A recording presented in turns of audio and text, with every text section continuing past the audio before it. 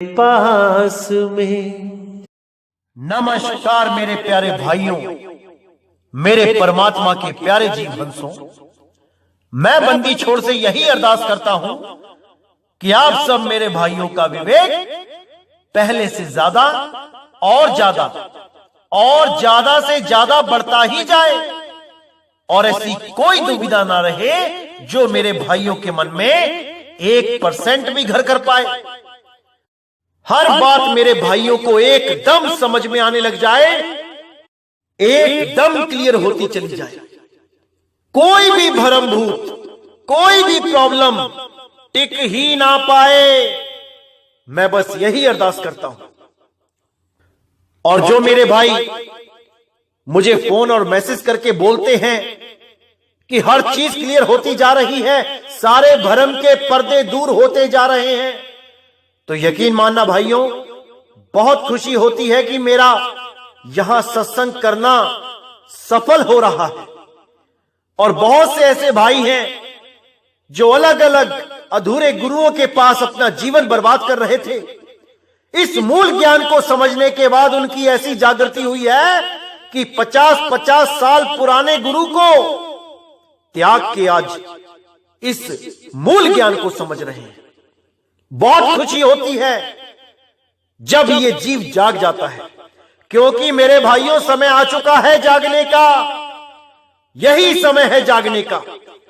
इसी समय के लिए सब संतों ने पूरी महिमा गाई थी कि एक ऐसा समय आएगा जब पूरे विश्व में सतनाम का डंका बजेगा, शब्द गुरु के नाम का डंका बजेगा।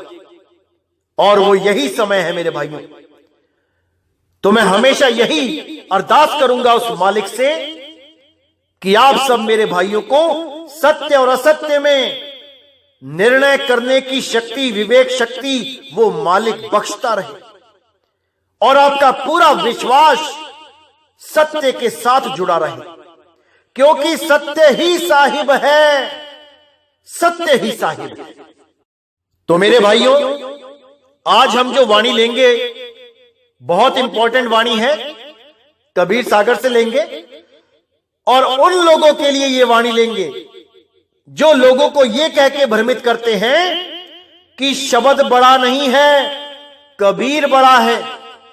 यानी कबीर साहब की देह को कहते हैं कि कबीर बड़ा है, यानी कबीर पहले था, शब्द तो बाद में आया है। यानी पहले कबीर साहब थे और शब्द उन्होंने बोल के प्रकट किया। ये उन लोगों को भरमाते हैं जिनके पास अभी विवेक नहीं है, और जिसके पास विवेक नहीं है वो इन बातों को सुन के भ्रमित हो जाते हैं, जो शब्द गुरु की महिमा को ना जानकर उस देह गुरु की शरण में चले जाते हैं, जो अपने आप को कबीर घोषित करके बैठे हैं कि हम ही कबीर हैं, केवल इसलिए क्योंकि उनके पास शब्द का भेद नहीं है।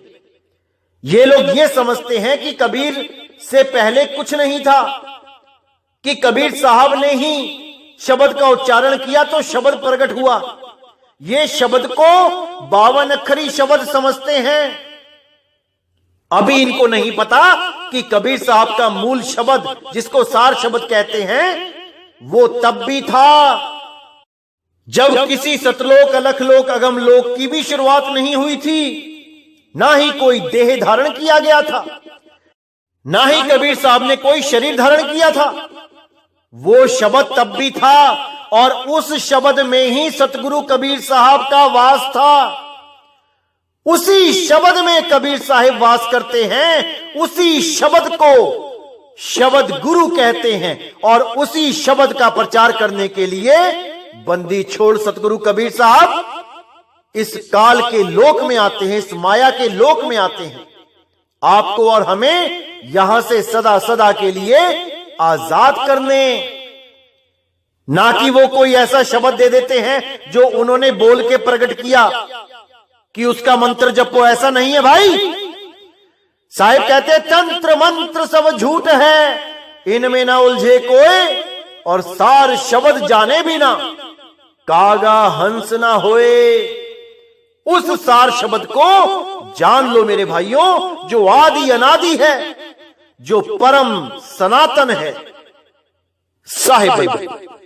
तो आज जो हम वाणी लेंगे उससे ये बिल्कुल साबित हो जाएगा कि कबीर साहब कहां वास करते हैं, कहां है उनका सतलोक, कौन सा है उनका लोक जहां पे वो सदा वास करते हैं। क्योंकि साहिब ने इशारा किया है कि लोक ये लोक शब्द है भाई, और जिन जाना तिन संशय जाई। जिसने ये जान लिया कि वो लोक जहां पे मैं वास करता हूं वो शब्द ही है, उसके सारे संशय खत्म हो जाते हैं। तो इस वाणी को बहुत गहराई से समझना है, एक एक अक्षर को समझना है। तो क्या कहती है वाणी? अविगत रूप छाड़ हम दीना, संत स्वरूप भेष गहलीना, शब्द स्वरूप बनाए सोई, तिनकी देह न छाया होई। यहां पे साहिब बताते हैं कि अविगत रूप छाड़ हम दीना, यानी वो शब्द स्वरूप जो उनका निज स्वरूप है उसको उन्होंने छोड़ के संत स्वरूप भेष गहलीना, वो संत स्वरूप में भेष बना के इस तीन लोक में आ गए, इस मृत्यु लोक में आ गए हम सबको ज्ञान समझाने। तो कहते हैं शब्द स्वरूप बनाए सोई, तिनकी देह न छाया होई, कि जो शरीर उन्होंने यहां पे आके बनाया वो भी कोई 5 तत्वों का नहीं था कि उसकी कोई छाया होगी। उस शरीर की छाया नहीं थी, वो विदेह स्वरूप थे, शब्द स्वरूप थे। तो कहते हैं 5 तत्व तीनों गुण नाही, धरी देह तब बसत युग माही, सत्य नाम हम नाम धरावा, सब जीवन को संग लखावा। यानी 5 तत्व 3 गुणों की मेरी देह नहीं थी, इन सब से न्यारी मेरी देह शब्द स्वरूपी होती है जो जन्म मरण में नहीं आती। उसी देह में मैं युगों युगों तक आकर ज्ञान समझाता हूं और इस जीव को यहां से मुक्त कराता हूं। और किस नाम से मुक्त कराता हूं? सत्य नाम हम नाम धरावा, सब जीवन को संग लखावा। सत्य नाम का डंका बजाने आता हूं क्योंकि मेरा नाम सतनाम ही है, मैं ही सतनाम हूं, मेरा ही नाम सतनाम है, ना कि काल और अक्षर पुरुष का नाम है। कि कोई कहे ओम और सोहम सतनाम होता है, अरे नहीं भाई, सत्य नाम हम नाम धरावा, मैं ही सत्य नाम हूं, सब जीवन को संग लखावा। सब जीवों को मुक्ति दिलाने के लिए आता हूं, उस सतनाम का लखाव कराने।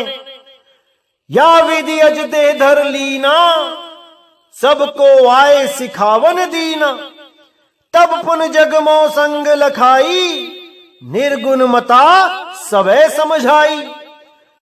तो कहते हैं या विद अज देह धर लीना। अज देह मतलब अजन्मी देह जो जन्म मरण से न्यारी है। या विधि अज देह धर लीना, सबको आए सिखावन दीना, यानी उस देह को धारण करके मैं यहां पे सबको ज्ञान समझाने ज्ञान सिखाने आया हूं। तब पुन जगमो संग लखाई, निर्गुण मता सबे समझाई। तब पुन जगमो संग लखाई, संग यानी साथ, उस शब्द का साथ, उसका लखाव करना। निर्गुण मता सबे समझाई, जितने भी ये त्रिगुण माया है उन सब से ऊपर, उन सब से न्यारा, 16 गुणों से भी ऊपर जो आत्म स्वरूप है, जिसको शुद्ध चैतन्य स्वरूप कहते हैं, उसका मता लखाने आया हूं। जो जीव संग शब्द की पाई, जीव संखन लोक पठाई। प्रथम ही सतयुग में जब आए, सत्य नाम तब नाम धराए। यानी जो भी जीव शब्द का संग कर लेगा, वो मुक्त हो जाएगा। और जीव असंख्यन लोक पठाई, असंख्य जीवों को मैंने उस सत्य स्वरूप में जोड़ दिया। और कुछ लोग क्या कहते हैं, कुछ गुरुआ लोग क्या कहते हैं कि कबीर साहब सुबह को नाम देते थे और शाम को जीव भूल जाता था। एक भी जीव को पार नहीं कर पाए, एक भी जीव को नहीं तार पाए, बेरंग लिफाफे की तरह वापस चले गए। तब मुझे भेजा परमात्मा ने उस सतनाम की शक्ति को देकर, और मैं कान में धू धू करने लगा। ऐसे ऐसे गुरु बैठे हैं भरमाने के लिए। देखिए क्या कहते हैं, जीव असंख्यन लोक पठाई, असंख्य जीवों को लोक में पठा दिया, यानी असली स्वरूप लखा दिया। प्रथम ही सतयुग में झम आए, सत्य नाम तब नाम धराए। जब मैं सतयुग में आया तो सतनाम से ही आया, मैं सत सुकृत नाम से आया, सतनाम ही दिया मैंने लोगों को। तब हम जीव असंख्यन तारे, तब मैंने असंख्य जीवों को तारा। उसके बाद देखिए, त्रेता माही बहुर हमें आए, मुनि कह बोध मुनिंद्र कहाए। कोटिन जीव को संग लखाए, एतिक जीव को तब मुक्ताए। यानी करोड़ों जीवों को त्रेता में तार दिया। और कुछ गुरु क्या कहते हैं कि कबीर साहब तार ही नहीं पाए, सुबह को नाम देते थे, शाम को भूल जाता था जीव। ऐसा भ्रमित कर दिया इन लोगों ने कि क्या बताऊं। तो यहां पे साहेब ने पूरा भेद खोला है कि लाखों करोड़ों जीवों को पार करा चुके हैं, लेकिन ये गुप्त भेद है। ये जितने भी अधूरे गुरु हैं, ये गलत इंफॉर्मेशन देके जीवों को भरमाते हैं कि कबीर साहब तो एक जीव भी नहीं ले जा पाए सतलोक तीनों युगों में, इसीलिए मुझे भेजा है कि अब मैं लेके जाऊंगा सबको। ऐसे भ्रमित करते हैं ये लोग।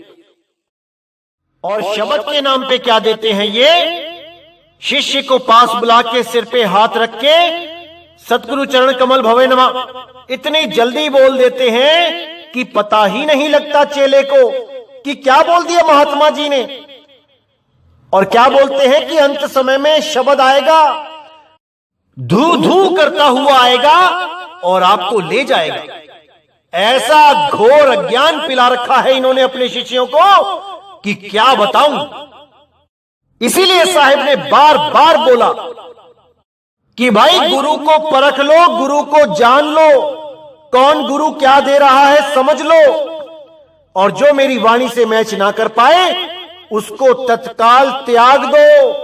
उसमें कोई पाप नहीं लगता, उसमें कोई गुरुद्रोह नहीं लगता।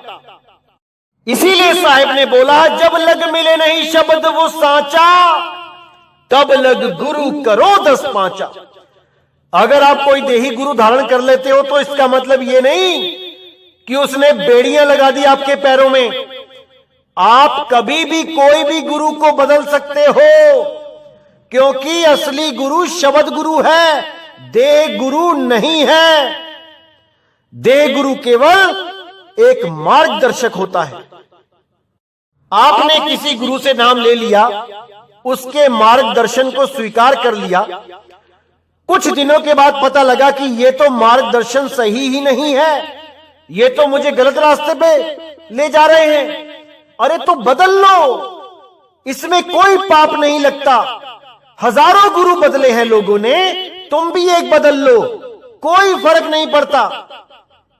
अगर हमारे पास भी आते हो और आपको लगता है कि इस पंथ में भी सत्य नहीं है तो इसको भी छोड़ जाओ, कोई नहीं रोकेगा आपको, क्योंकि आप अपनी इच्छा के, आप अपने फैसलों के खुद मालिक हो।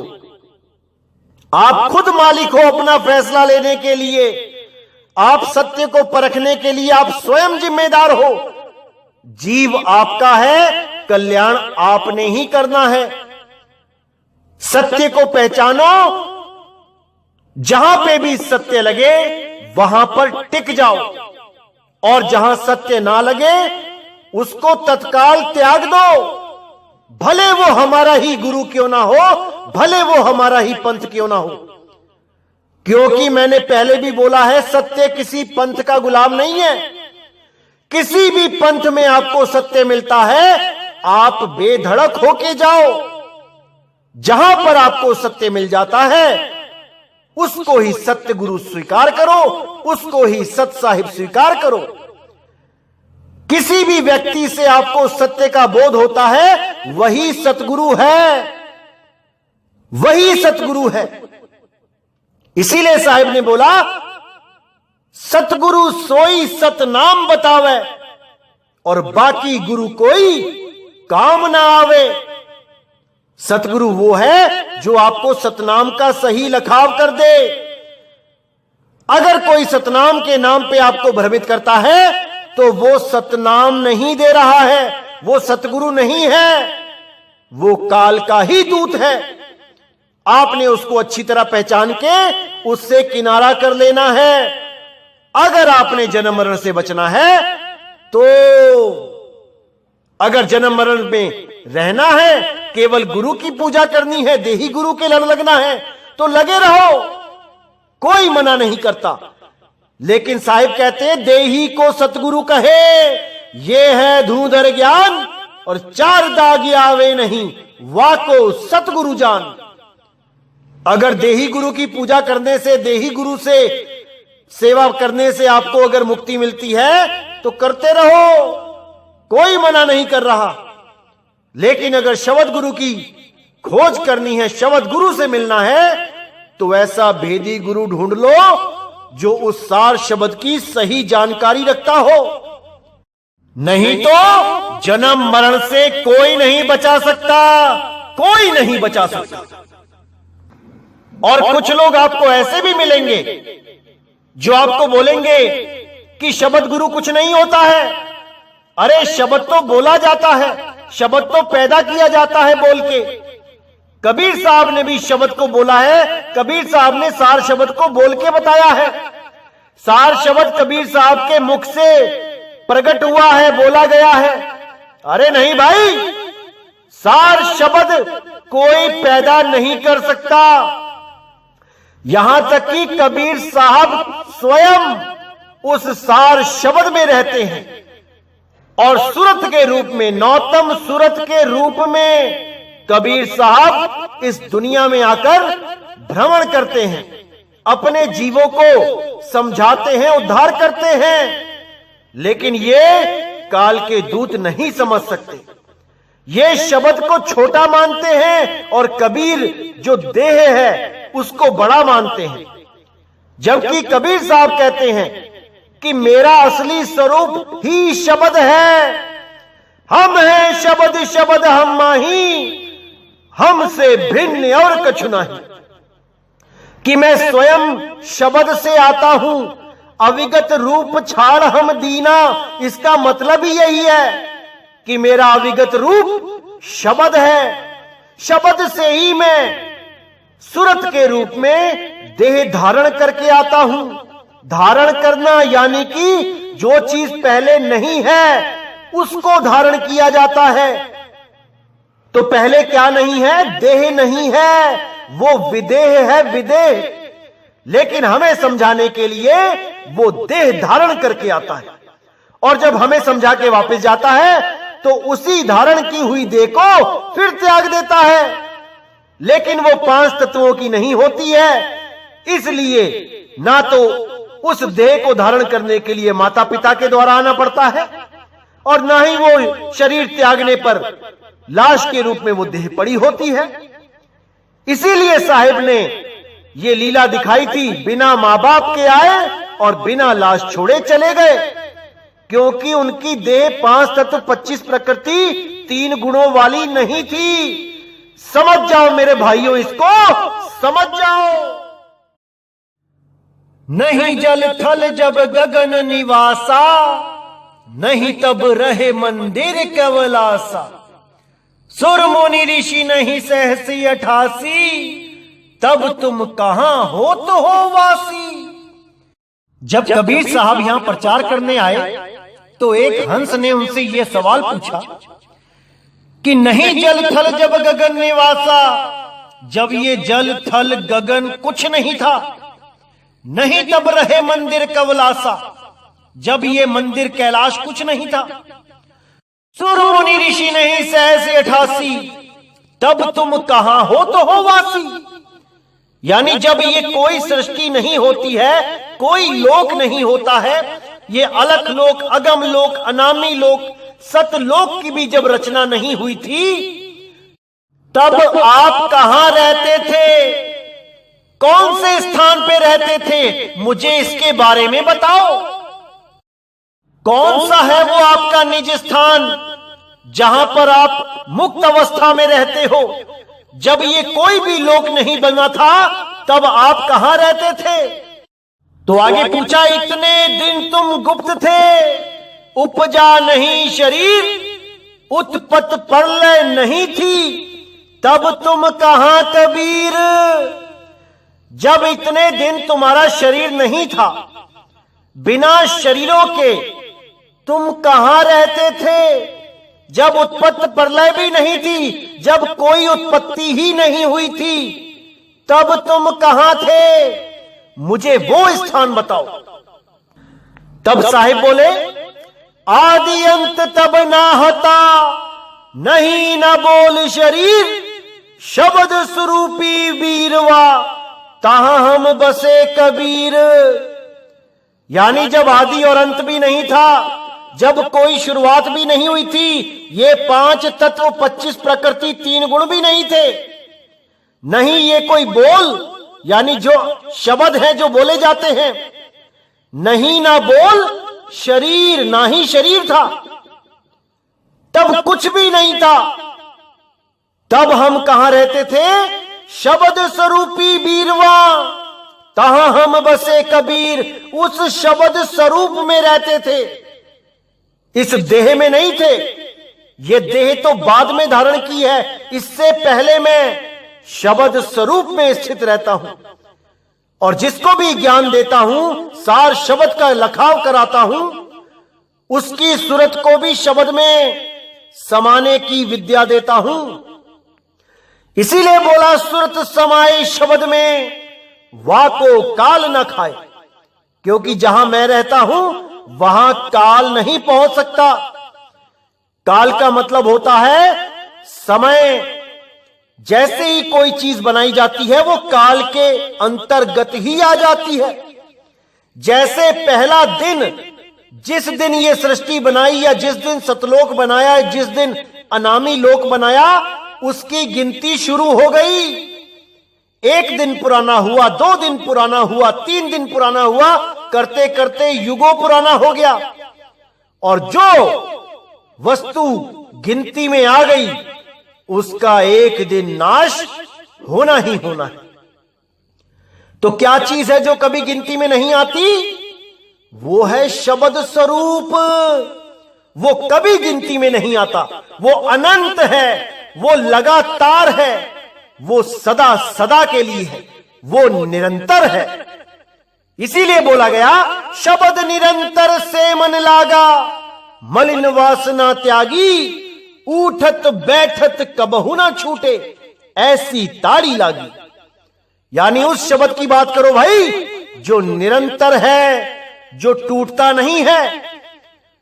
जो तुम लोग शब्द का जाप कर रहे हो, ये तो टूट जाता है। और जो लोग गले से निकलने वाली आवाज को ही सार शब्द मान के बैठे हैं, वो भी टूट जाती है।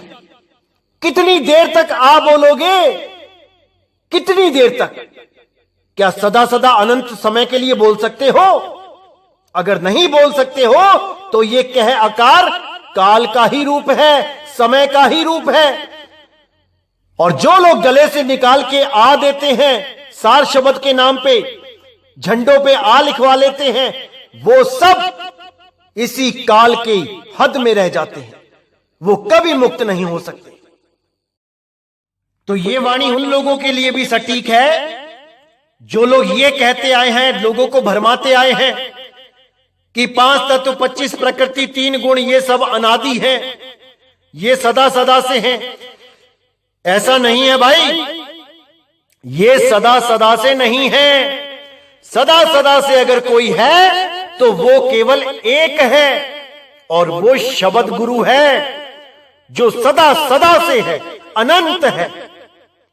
इसी के लिए बोला कि दो जगदीश कहां से आया, कहो कौन बोराया। कितने ही यूट्यूब चैनल देखिए जो कहते हैं कि ब्रह्म भी और आत्मा भी ये दोनों ही अनादि है, दोनों ही अक्षर हैं। ऐसे लोगों को मैं क्या बोलूं, दो को जगदीश बना दिया इन लोगों ने कि दोनों ही शुरू से हैं और अंत तक रहेंगे। ऐसे लोगों को तत्काल त्याग देना चाहिए जो लोगों को भ्रमित करते हैं। परमात्मा एक है, एक ही रहेगा। वो शब्द गुरु एक है, एक ही रहेगा। उसका मुकाबला कोई नहीं कर सकता। वो अनंत है, वो स्वयं से है, वो किसी के द्वारा पैदा नहीं किया जा सकता और ना ही उसका कभी अंत होता है। इसीलिए नानक साहब ने कहा आदि अंत एको अवतारा, सोई गुरु समझियो हमारा। कि मेरा गुरु तो वो एक है जिसका कोई आदि और अंत नहीं है। वो सदा सदा से है, अटल अविनाशी है। मैं केवल उसको गुरु मानता हूं। तो इसी को अच्छी तरह समझना है मेरे भाइयों, क्योंकि भरमाने वाले बहुत आएंगे, कोई गिनती नहीं इनकी। लेकिन आपने विवेक को ऐसे जगा के रखना है कि कोई आपको लूट ना जाए। गली गली में बैठे हैं लूटने के लिए, लेकिन आपने जागते रहना है। जो जागता रहेगा वो बचा रहेगा और जो सो जाएगा उसका सब कुछ खो जाएगा। इसलिए मेरे भाई हमेशा जागृत रहो। साहिब ने इसीलिए बोला कहे कबीर सुनो भाई साधो, जागृत कीजिए ठौर, मुसाफिर जाग जरा, तेरी गठरी में लागा चोर। तो भाई ये चोर हमारी गठरी को लूट के ना ले जाएं, इसलिए हमने अपने विवेक को सोने नहीं देना है, हमेशा जागे रहना है। तो इसी के साथ मेरे भाइयों ये सत्संग यहीं समाप्त करता हूं और अगला सत्संग बहुत जल्दी आएगा। तब तक इन सत्संगों को बार बार सुनिए, लगातार सुनिए, ताकि हर चीज आपको पूरी समझ में आने लगे। और बार बार सुनने से क्या होता है, और भी गुप्त भेद जो पहली बार में नहीं समझ में आते वो बार बार सुनने से समझ में आने लग जाते हैं। ऐसा ज्ञान प्रकट हो जाता है कि उसके बाद कुछ जानना शेष ही नहीं रह जाता। इसीलिए मेरे भाइयों पूरा विवेक लगाना है, पूरा विचार करना है। इसी का हवाला देते हुए गरीबदास जी भी बोलते हैं, मगर देश को किया पयाना, दोन्यों दीन डुराया है। घोर कफन हम काठी दीजो, चदरी फूल बिछाया है। गैबी मजली मार्फते ओंडी, चादर बिच न पाया है। काशी बासी है अविनाशी, नाद बिंद नहीं आया है। यानी कि जब कबीर साहब का समय यहां पे समाप्त होने वाला था, 120 साल पूरे होने वाले थे, तो वो काशी को छोड़ के मगहर की तरफ रवाना हो गए और दोनों दीन वहां पहुंच गए अपने गुरु के अंतिम दर्शन करने के लिए। तो जब कबीर साहब ने वहां पे लीला करी, सबको बोला कि आप बाहर रहो और मैं अंदर जा रहा हूं।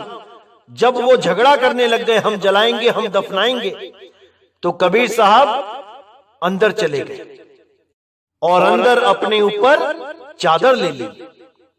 जैसे ही चादर ली तो बाहर क्या आवाज आई कि खोलो पर्दा है नहीं मुर्दा, मिथ्या युद्ध कर डाला। ऐ मूर्ख नादाना, तुमने हमें नहीं पहचाना।